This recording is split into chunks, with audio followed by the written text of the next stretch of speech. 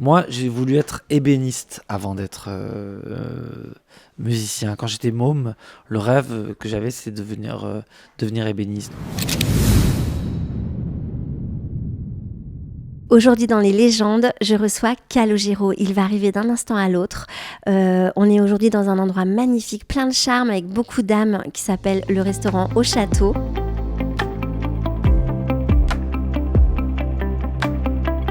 Avec Calo, on va parler de son album 10, son 10e album, et de tout ce qu'il y a dedans. Bonjour Calogero. Bonjour. J'ai d'abord envie de commencer en vous disant un grand merci, parce que cet album, il est arrivé très très vite après AMOUR, et on s'y attendait pas. Vous nous avez surpris et vous nous avez fait un vrai cadeau, Oui. parce qu'on n'a pas attendu, comme pour certains artistes, 3 ans, 4 ans, Oui. avant le prochain album. Je me suis même surpris moi-même. C'est vrai ? Et puis les chansons étaient là. Je me suis dit pourquoi attendre et c'est vrai que ça surprend le public et j'aime bien cette idée-là. Nous aussi. Ouais. Hein. Et apparemment, cette idée-là, il y a eu une petite étincelle. C'était à la Défense Arena à Paris. Oui, c'était un tel concert. Ouais. C'était que j'ai passé une nuit blanche et il y a des chansons qui sont déjà sorties de cette nuit-là et voilà. Puis après, ça a continué et puis l'envie de continuer avec cette belle énergie que le public m'a transmise ce soir-là. C'était incroyable ce moment avec Jean-Louis Aubert, avec Richard Kolinka. Ouais, avec Passy. Avec Passy. C'était très puissant. Et oui, je comprends que vous n'ayez pas pu dormir derrière et que vous vous êtes dit, allez, tout ça, il faut que ça jaillisse. C'est sûr. Pour notre plus grand plaisir, hein, vraiment. Moi, ce qui m'a touchée tout de suite, c'est cette envie de parler de fraternité, de solidarité, de la famille, de la transmission et d'amour, oui, d'amour universel. Je me dis que est-ce qu'on a le choix dans un monde en ce moment qui va pas très bien. Alors est-ce que moi je fais des chansons, des mélodies et des airs qui j'espère donne de l'espoir. Parce que la musique, c'est fait pour ça fait du bien, la musique. Ça fait du bien quand on se réveille, ça fait du bien quand on s'endort, ça fait du bien quand on part en vacances, ça fait des souvenirs. Et je trouve que la musique est puissante dans ce qu'elle véhicule.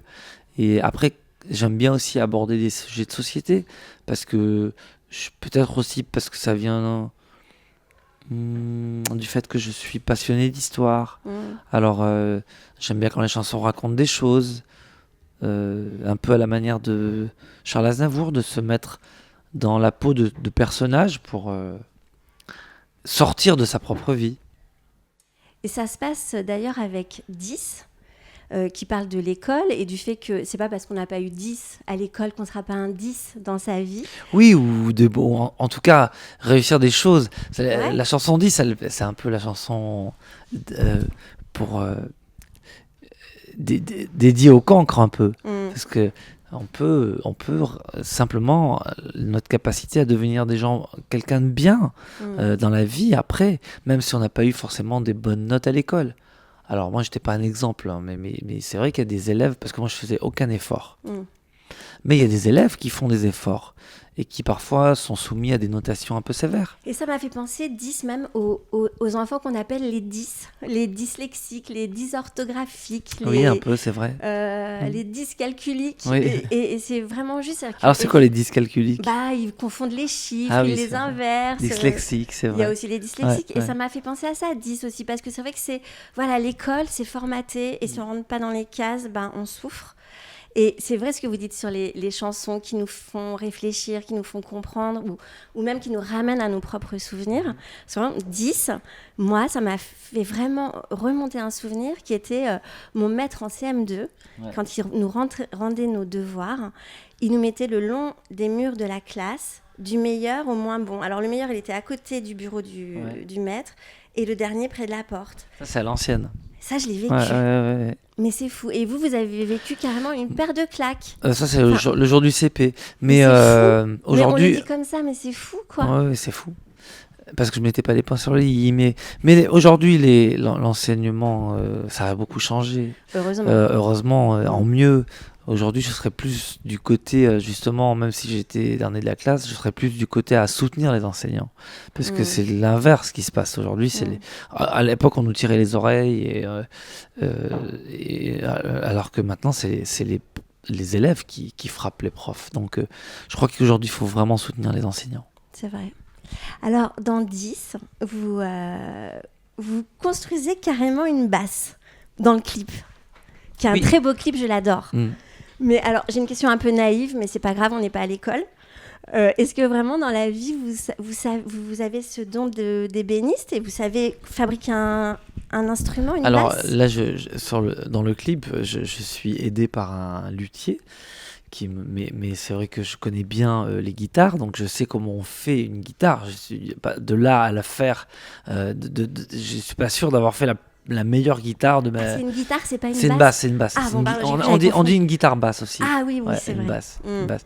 Et en fait, moi, j'ai voulu être ébéniste avant d'être musicien. Quand j'étais môme, le rêve que j'avais, c'est de devenir ébéniste. Donc, c'est vrai que de partir quand je travaillais une chanson, c'est un peu comme si je travaillais du bois. C'est comme si je travaillais une pièce de bois et je la manie à ma manière. Et au départ, c'est un carré tout bête. Et petit à petit, c'est comme si je prenais mes ciseaux à bois, je la taillais et ça devient une forme que j'aime. Et c'est comme ça que je construis une chanson. Et c'est très beau, hein. C'est vraiment, on a envie de le regarder plusieurs fois, le clip, pour ça. Et vous l'avez encore, votre première basse, la toute première? Ma toute première, malheureusement, il m'en reste un tout petit bout. Ouais. Le fameux bout que j'ai coupé donc avec un ébéniste, je l'ai gardé. Mais la basse, non, elle a été volée, la basse. Ouais. C'est incroyable, tous ces musiciens qui se font voler leur instrument. Jean-Louis Aubert s'est fait voler ses guitares, Michel Fugain aussi. Non, mais c'est incroyable. Il y a un endroit quelque part dans le monde où il y a toutes vos guitares et toutes vos basses. Hein. C'est impressionnant. Pourquoi vous l'avez scié? C'est parce que vous êtes gaucher, c'est ça? Et que pour pouvoir jouer, il faut... Pour pouvoir atteindre les aigus, j'ai fait scier donc, un bout de la basse par un ébéniste. Et j'ai gardé ce bout-là en souvenir. C'est un porte-bonheur. C'est joli. Donc il est dans votre studio, atelier studio. C'est ça. Oui, parce que je rappelle que vous êtes bassiste gaucher, oui. Comme Paul McCartney. C'est ça. 10, vous l'avez enregistré dans votre chambre d'hôtel pendant la tournée à MOUR. La voix, oui. La voix.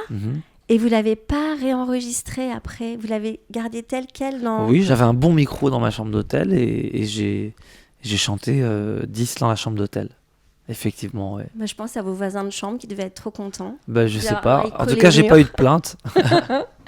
Alors, il y a quelque chose que je trouve très joli, c'est comment vous êtes arrivé à la basse et à cet instrument.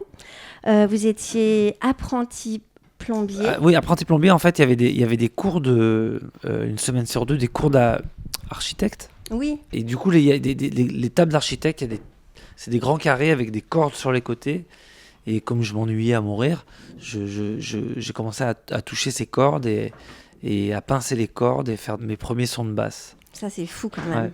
Et puis après, le contact avec la basse aussi, c'était un bassiste dans un petit bal de village quand vous étiez très jeune. Exactement, aussi. Je me suis mis en bas de la scène et j'observais le bassiste, qui jouait très bien d'ailleurs. Mais c'est beau de voir comment ça naît en fait, la musique en vous. Oui. C'est un instrument qui m'a toujours attiré. Je me suis toujours accompagné à la basse, même quand on regarde les premières images des charts. Ouais. Je sais pas, de s'accompagner avec une corde comme ça, de chanter. Ça paraît pas naturel pour certains, mais moi, ça m'a toujours paru très naturel. J'ai envie de parler évidemment de Prends ma main avec soprano, qui est tellement touchante. Il y a un chiffre, moi, qui m'a glacée, c'est 63 000 migrants qui se sont noyés dans la dernière décennie. Donc 63 000, c'est un chiffre comme ça, mais en fait, quand on pense que c'est une vie à chaque fois, ça nous bouleverse. Et votre chanson, elle est bouleversante. Et voilà, donc merci de l'avoir faite, parce qu'elle nous fait encore une fois réfléchir. Mais à quel moment vous vous dites, voilà, cette chanson-là, elle va contribuer au combat pour la fraternité, pour la solidarité? Comment en fait, c'est quoi le pouvoir? C'était un reportage que j'ai vu sur Arte, et c'était des pêcheurs siciliens qui sauvaient des vies et qui faisaient ça contre le gouvernement italien, parce que c'était pas autorisé. Et, euh, et voilà, et dans la nuit, avec des gros phares, ils repêchaient des gens dans la mer. Et c'était absolument bouleversant. Et c'est pour ça que j'ai proposé de chanter cette chanson avec soprano. D'abord, prends ma main, mon frère. Ça, c'est cette phrase-là euh, euh, que les pêcheurs disaient aux migrants, en fait. Et voilà, j'avais envie de la chanter avec soprano parce que, vu ses origines et les miennes, la chanson prenait tout son sens. Et puis vous pourriez être aussi dans la mer et soprano sur terre Mais et complètement, vous tendrez la main. bien sûr. C'est une très belle chanson qu'on aime beaucoup sur M Radio. Il y a aussi Ne reste pas seul. Alors j'adore le refrain. 1, 2, 3. C'est un refrain vraiment addictif. Oui. Vous voulez pas nous le faire là comme ça? C'est possible ou pas? Le refrain de 1, 2, 3. C'est vrai? Ça serait super.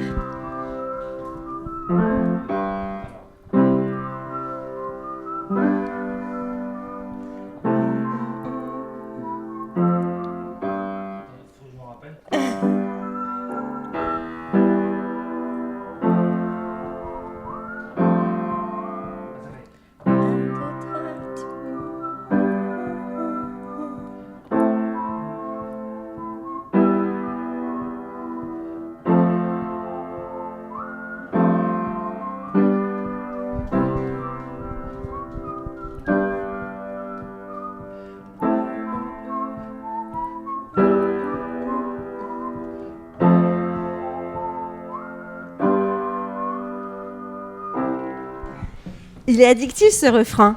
J'aime beaucoup. Merci beaucoup de nous avoir offert ça. Et à la fin de la chanson, c'est une chanson qui dit que parfois il y a des gens comme ça qui nous donnent ne serait-ce que quelques petites minutes de leur temps et ça va changer notre vie. C'est ça? C'est exactement ça. C'est qu'en fait, on peut croiser quelqu'un. Alors qui? Un homme, une femme, un vieux, un jeune. Ce n'est pas une question ni d'âge, ni de sexe. Je crois que on rencontre quelqu'un au moment où on s'y attend pas. Ça, c'est quelque chose qu'on peut pas retrouver sur les réseaux sociaux, par exemple.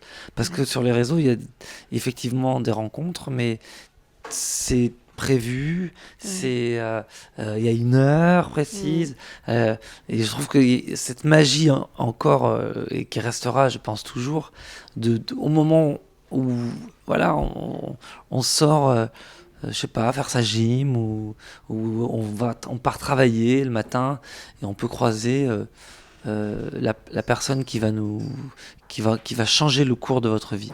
Vous avez pensé à Rita, votre petite fille, pour chanter à la fin Non, pour compter le poème. Ouais. Un petit bout de poème. Et c'est hyper joli. C'est un petit bout de Catherine Pancol, c'est ça? C'est ça, un bout d'un livre de Catherine Pancol. Ouais. Et voilà, et elle nous a gentiment autorisé à compter c'est comme un poème par Rita, et je trouve que ça prend tout son sens parce qu'elle a 8 ans et voilà. C'est hyper touchant. Et vous avez eu des rencontres comme ça décisives dans votre vie? C'est de oui, ça aussi dont j'ai eu plein de rencontres décisives dans ma vie, et puis des rencontres amoureuses aussi. J'ai toujours eu comme moteur le fait d'être amoureux de quelqu'un et de faire de la musique pour lui faire du bien, pour l'épater, j'ai toujours eu ce truc-là, j'aime ça. C'est un moteur, l'amour. C'est un moteur, ouais. Bah oui. Parmi les rencontres vraiment hyper importantes, évidemment, il y a France Gall.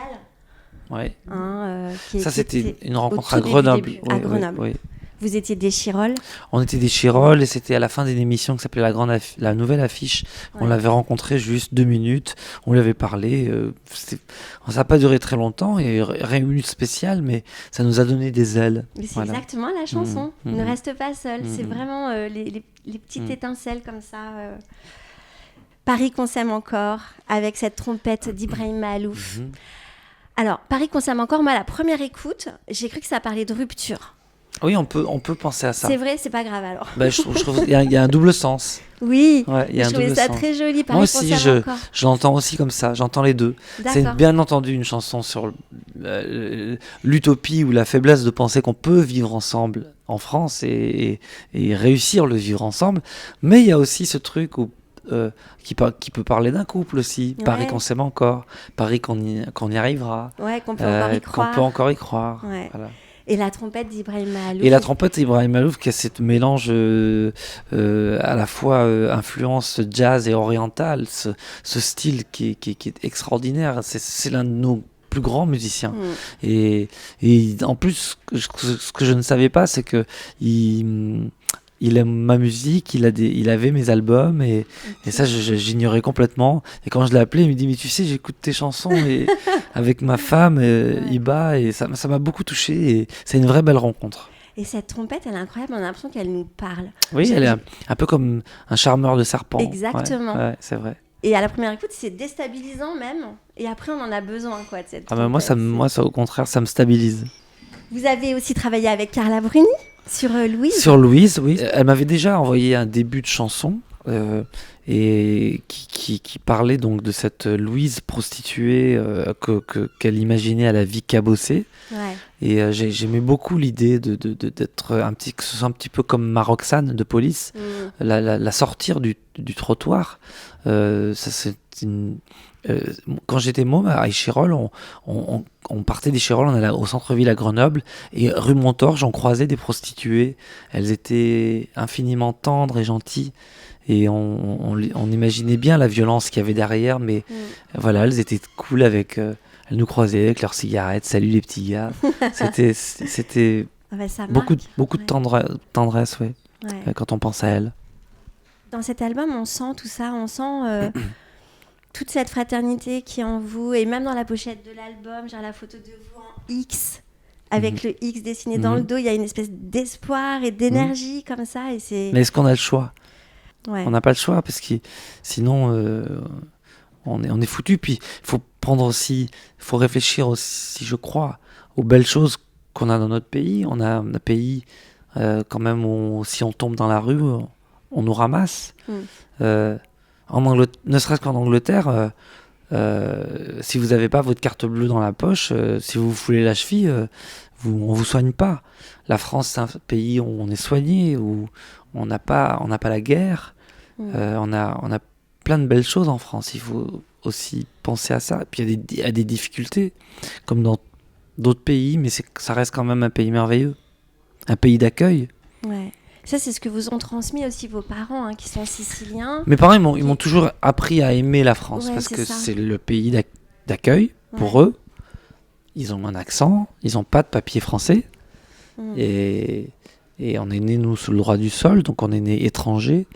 Et maintenant, je me suis naturalisé français. Mais c'est un vrai... un vrai sujet, parce que mes parents, il fallait être... il fallait respecter le pays d'accueil, grandir dans le respect. Donc quand il y avait France-Italie au football, on était plutôt pour la France, mais quand même fiers quand l'Italie gagnait aussi. Quand vous êtes parti d'Échirolles dans votre petite Renault 5, un truc comme ça, avec tous vos amis, ça n'a pas dû être facile de les quitter. Non, mais c'était des bons souvenirs. On est parti comme ça. On est parti à 4h de l'après-midi, puis le soir on a vu la Tour Eiffel. C'était magique. Et on s'est dit qu'on voulait faire notre vie ici. C'était pas gagné. Alors il a fallu passer par les chambres de bonne, les petits boulots. Et justement, il y a une chanson qui parle de ça. C'est mieux qu'ici. Mieux qu'ici, où en fait l'idée c'est de dire à ses enfants, allez-y quoi, partez, épanouissez-vous, voilà. Et en fait, exactement comme moi, je suis parti d'Échirolles et je suis allé à Paris. Mes enfants sont nés à Paris. Et je leur dis, allez voir ailleurs, allez voir ce qui se passe. Et puis, quitte à revenir en France, mais si vous pouvez, et si vous vous donnez les moyens d'aller faire des études ou des stages à l'étranger, c'est toujours bien. De toute façon, la culture et puis aussi d'aller voir ce qui se passe ailleurs, ça enrichit et ça ouvre aux autres. Mais c'est pas facile quand on est parent, de les Enfin, pour moi, les bons parents sont ceux qui permettent aux enfants un jour de partir le cœur léger. Ouais, Mais pour nous, parents, c'est un sacré challenge bien quand sûr. même. Bien Et sûr. alors, c'est mignon parce que vous racontez que votre lien très fort avec vos enfants passe par la cuisine et que vous leur faites beaucoup à manger. Oui, Et avec des dîners où on se parle, Mhm. on se regarde dans les yeux pour savoir où on en est dans nos vies. bah oui. Et puis souvent, je dîne avec. J'en ai 4 et je dîne avec l'un après l'autre aussi. Parce Vous que mangez c'est. 4 fois du coup. Non, non, mais je les emmène souvent. Comme ça, on sort, on parle et on Ouais. va dîner. Et je trouve que c'est important, plutôt que de faire tout le temps des repas de famille, où les repas de famille, s'il n'y a pas de moments partagés avec un enfant, un par un, je trouve que il peut y avoir des choses négatives qui peuvent sortir dans les repas de famille. Et tout le monde parle en même temps. Oui. Et pourtant, Mais vous c'est vrai l'avez- que de leur faire à manger, c'est un lien fort. Ouais, ouais.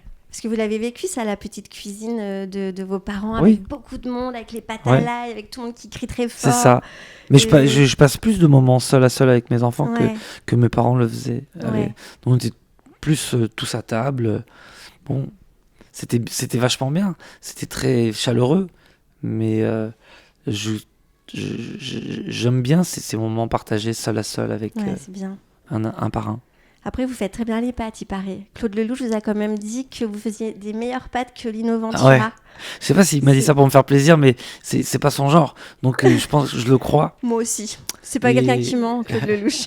Mais ça me touche beaucoup parce que j'aime beaucoup Lino Ventura. Donc Ouais. j'aurais adoré faire des pâtes avec lui d'ailleurs.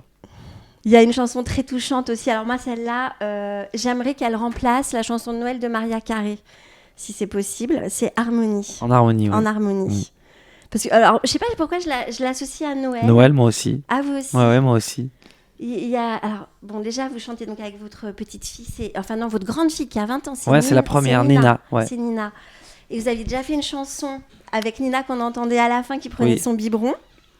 C'est ça, qui s'appelait La Bienvenue dans le deuxième album. Ouais. Et puis là, 20 ans plus tard, je chante avec elle. Donc c'est très touchant pour un papa, bien sûr. Mais pour nous aussi. Et je crois que la chanson, c'est une chanson qui, en tout cas, plaît à mon entourage. Et ce qui était important, c'était le challenge, c'est de quand même chanter une belle chanson avec elle.